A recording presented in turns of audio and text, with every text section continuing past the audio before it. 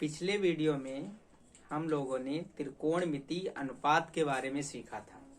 आज हम लोग सीखेंगे उस पर आधारित प्रश्नों को हल करेंगे। तो आपका जो प्रश्न है बोर्ड पे एक लिखा हुआ है, उसे देखिए और कैसे उसे सॉल्व करेंगे देखते हैं। कह रहा है आपका, यदि tan a बराबर 4/3 है तो अन्य शेष त्रिकोणमिति अनुपात आपको ज्ञात करने हैं।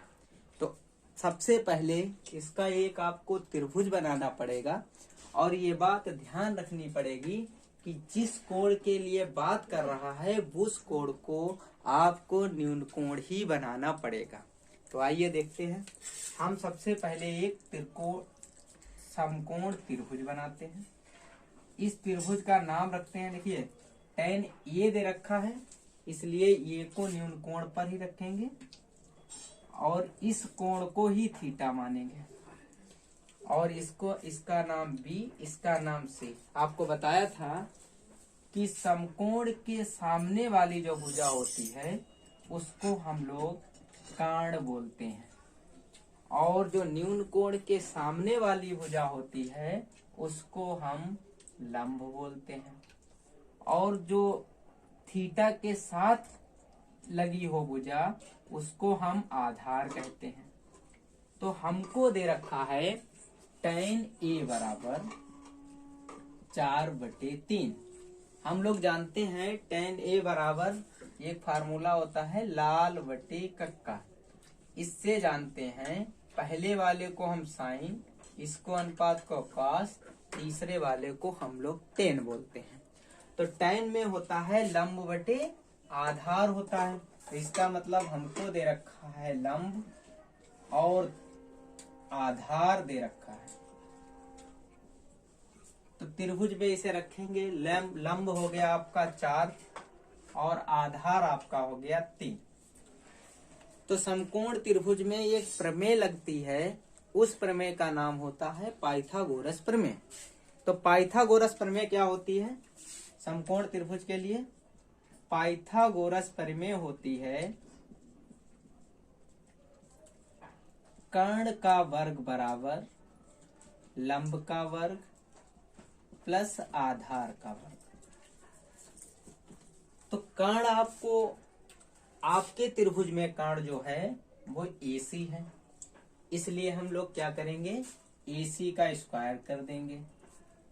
लंब आपका इसमें BC है और BC का जो मान है वो 4 दे रखा है, तो 4 का क्या कर देंगे स्क्वायर कर देंगे।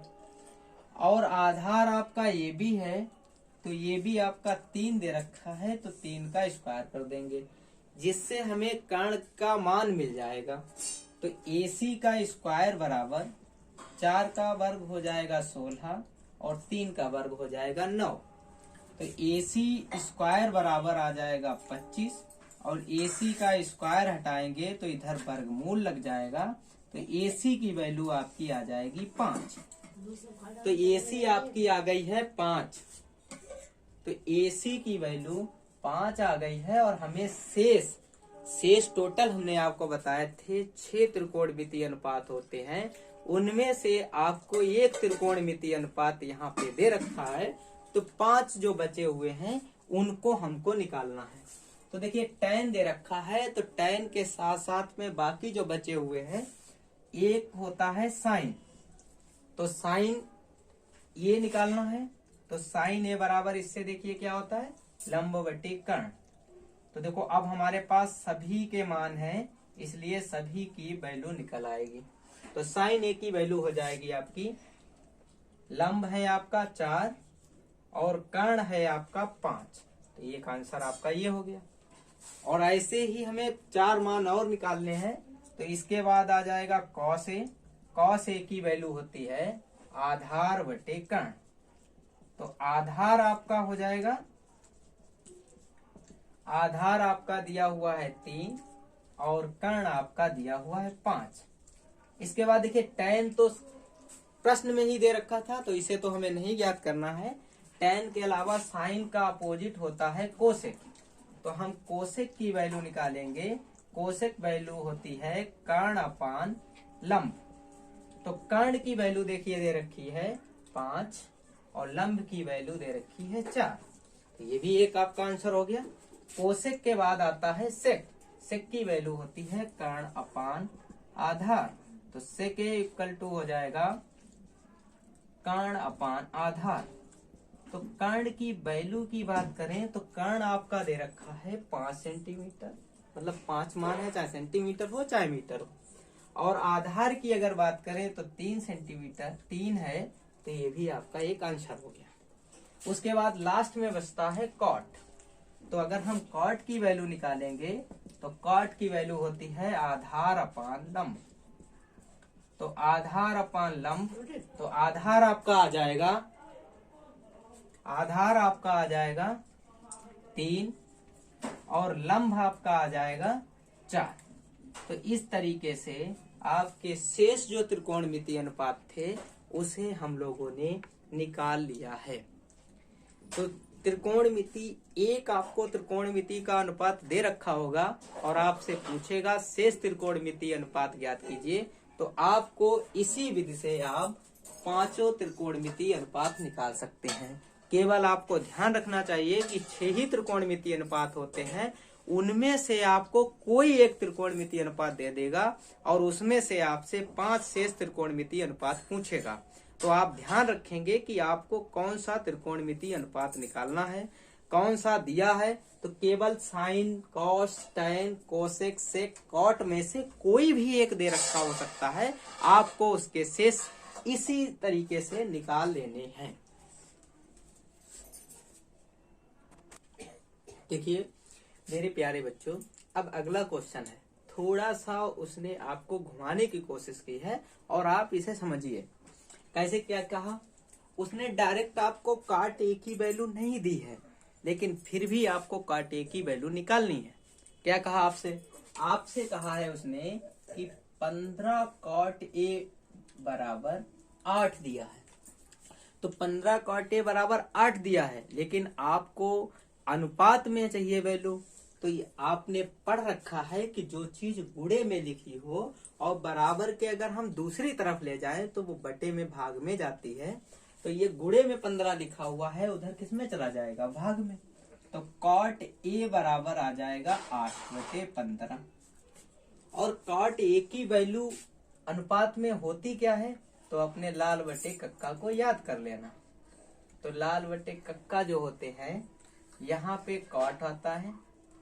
तो कॉट ए की वैल्यू जो होती है वो आधार अपान लंब होता है। तो इसलिए आपको क्या करना पड़ेगा?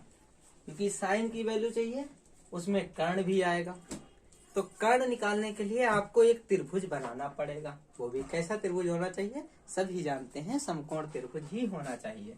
तो हम एक समकोण त्रिभुज बना लेते हैं। तो इसका नाम देखो, जो ए कोण है वो न्यून कोण ही रहना चाहिए, इस बात को ध्यान रखेंगे। तो ए को हमने न्यून कोण बनाया, यहाँ बी लिखा, यहाँ सी लिखा। समझ ही गए होंगे आप लोग। ये अगर ये समकोण त्रिभुज है तो इस वाली भुजा को हम क्या कहेंगे? कर्ण कहेंगे। इस कोण से देख रहे हैं तो ये वाली भुजा आधार कहलाएगी। और जो न्यून कोण के सामने भुजा होगी वो लंब कहलाएगी। तो हमको दिया क्या है कि जो आधार है वो आपका 8 दिया है और जो लंब है आपका वो 15 दिया है। और आप फिर से पाइथागोरस प्रमेय लगाएंगे। कौन सी प्रमेय लगाएंगे? पाइथागोरस प्रमेय लगाएंगे। तो पाइथागोरस प्रमेय क्या कहती है? वही कहती है, क्या कहती है कि कर्ण का जो वर्ग होता है वो लंब के वर्ग का स्क्वायर और प्लस आधार के वर्ग के स्क्वायर के बराबर होती है। तो आपको आधार का भी मान दे रखा है और साथ साथ में लंब का भी मान दे रखा है। तो देखें, आधार लंब की वैल्यू जो है वो 15 है, तो 15 का स्क्वायर करेंगे। और जो आधार है वो 8 है, तो 8 का स्क्वायर करेंगे। तो 15 का वर्ग हम सबको पता है कितना होता है? 225 होता है। और 8 का अगर हम वर्ग निकालें तो वो 64 होता है। अगर हम 225 और 64 को अगर हम जोड़ेंगे तो कितना होगा? तो 289 होगा।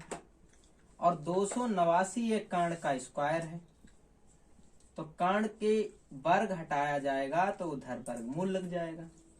तो 289 का वर्गमूल होगा 17, तो ये आ जाएगा 17। तो कर्ण का मान आया 17। हमको वैल्यू चाहिए है साइन 80।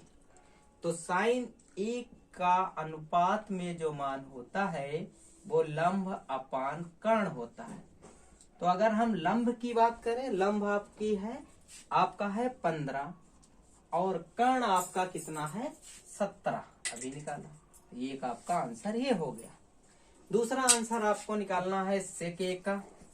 सेक ए होता है कॉस का उल्टा, तो यहाँ पे लिखा जाता है, तो सेक ए बराबर होता है कर्ण अपान आधार। तो हमें कर्ण की भी वैल्यू पता है और आधार की भी पता है। तो कर्ण आपका है 17 और आधार है आपका 8। तो दोनों आंसर आपके इस तरीके से आ गए। अब हम आशा करते हैं कि आपसे कोई भी प्रश्न पूछा जाएगा उसमें आपसे त्रिकोणमिति अनुपात निकालने के लिए दिया जाए, तो कैसे भी वो आपको क्वेश्चन दें, आप उसे बड़े अच्छे तरीके से समझ जाएंगे। धन्यवाद।